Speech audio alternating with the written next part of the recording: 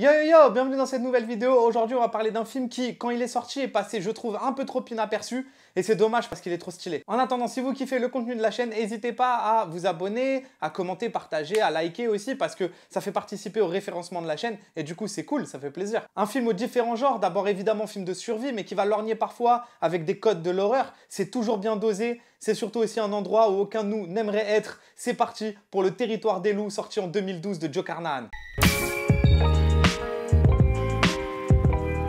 C'est tout simplement l'histoire d'un crash en avion et les survivants vont devoir affronter la nature, mais surtout la faune. Le réalisateur du film est donc Joe Carnahan. Pour ses films les plus connus, ça va être Narc, Mise à Prix et L'Agence Touriste, avec Liam Neeson d'ailleurs, avec qui du coup il retravaillera juste après sur Le Territoire des loups. Je trouve l'histoire de ce genre de type inspirante parce que son premier film c'est Blood, Guts, Bullets and Octane, sorti en 1998, un film totalement indépendant qui a coûté 7300 $ et qui s'est retrouvé à Sundance, probablement le plus grand festival de cinéma indépendant au monde. Et derrière, 4 ans plus tard, en 2022, il présente Narc à Sundance, film à 6,5 millions de $, avec Ray Liotta et la Paramount et Lionsgate présents à la production du film. Ce que je veux dire par là, c'est que du coup, c'est l'évolution du gars qui est super cool et hyper intéressante. Je trouve ça beau parce que le mec, mine de rien, il est venu de nulle part, il a juste fait son truc et il a réussi à faire de ses rêves une réalité. Il a porté ses couilles, il les a mis sur la table et je trouve ça vraiment, c'est quelque chose que je respecte énormément. Et mine de rien, peut-être que le plus important aussi, c'est que ça montre à quel point il faut faire son film comme on peut, c'est-à-dire de pas attendre l'aval de producteurs ou des montagnes d'argent,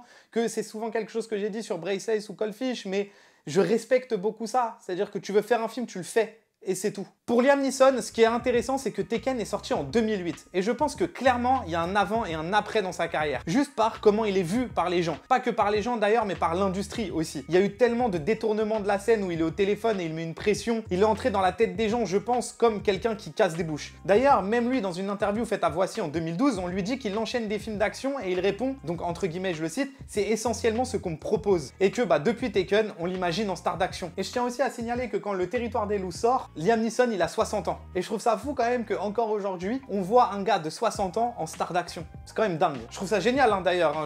C'est juste, je trouve ça fou, je trouve ça trop bien. Et Le Territoire des loups d'ailleurs prend à contre-pied ce rôle-là qu'il avait dans Taken. Parce que malgré les talents que le personnage possède dans Le Territoire des loups, il est dans une position de faiblesse et en proie au doute constamment. Mais je vais d'abord parler de la mise en scène du film parce qu'elle est aux petits oignons et ça pour plusieurs raisons. Déjà, je vous l'ai dit un peu au tout début, mais c'est un film qui mélange des genres. La survie, l'horreur, le film de monstre, et il intègre ces genres par sa mise en scène. La manière qu'il a d'être près de ses personnages, de les voir agoniser, littéralement. Évidemment aussi d'avoir implanté son film dans un no man's land, forcément. Déjà, tout ça renforce le côté survie, mais aussi comme la manière qu'il a de filmer ces loups, comme des monstres au début qu'on voit jamais vraiment. Ça reste des mythes. On a encore plus peur d'ailleurs, parce qu'on sait pas vraiment à quoi s'attendre. Et c'est là-dedans, je pense, la plus grande réussite du film, parce qu'il réussit à faire ce pourquoi le cinéma est puissant. Faire passer ses émotions par sa mise en scène d'abord. La peur, la survie, l'horreur, les monstres, c'est avec sa manière de filmer ses personnages, ses loups, son environnement, que Carnahan nous procure ces émotions-là. Et rien que pour ça, déjà, le film mérite d'être vu. Je l'ai dit au début de la vidéo, j'en ai parlé, mais je pense vraiment que ce film est passé inaperçu, ou alors qu'il a été très vite oublié. Et je pense aussi d'ailleurs que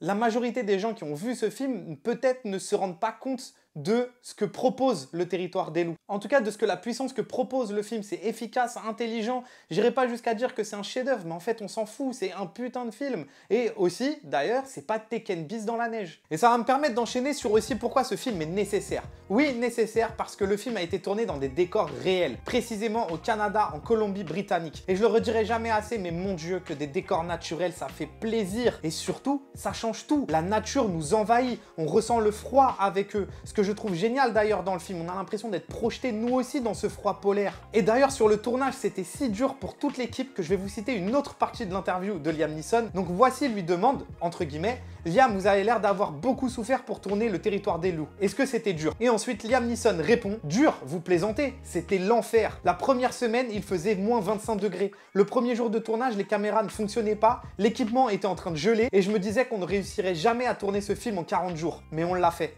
Et c'est ça ça le cinéma. En tout cas, c'est la définition du cinéma que moi j'aime. Ça veut pas dire que j'aime tous les films comme ça, hein, attention. Mais putain, dans une époque où le fond vert a pris le dessus sur tout, je peux pas accepter des films feignants où c'est juste plus facile pour tout le monde de tourner en studio. C'est moins cher, on contrôle tout, et les acteurs et réalisateurs, etc. sont dans un confort. Et aujourd'hui, j'en vois beaucoup trop. Et je dis pas que le studio c'est mal, attention. Je contre déjà ceux qui comprendraient pas mon propos. Mais je parle de films surtout où on devrait avoir des décors naturels, où le film en lui-même appelle des décors naturels. Mais on choisit le fond vert par facilité.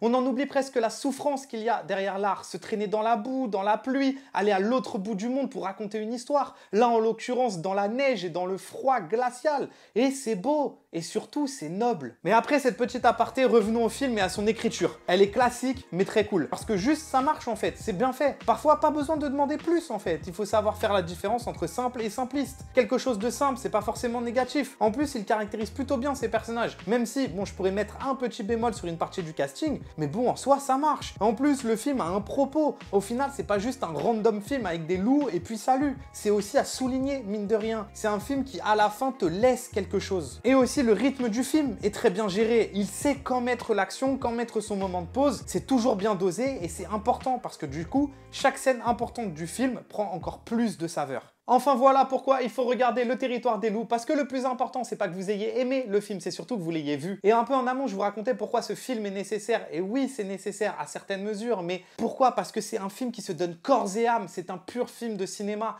Et en ces temps où le cinéma américain, enfin surtout hollywoodien, se languit un peu trop facilement parfois dans les fonds verts, je pense que Le Territoire des loups est un bon rappel de ce qu'est le cinéma. Nous on se retrouve pour une prochaine vidéo, j'ai pas de film à vous donner pour l'instant ou de thématique de vidéo à vous donner pour l'instant. En attendant, portez-vous bien et puis à la prochaine. Banks!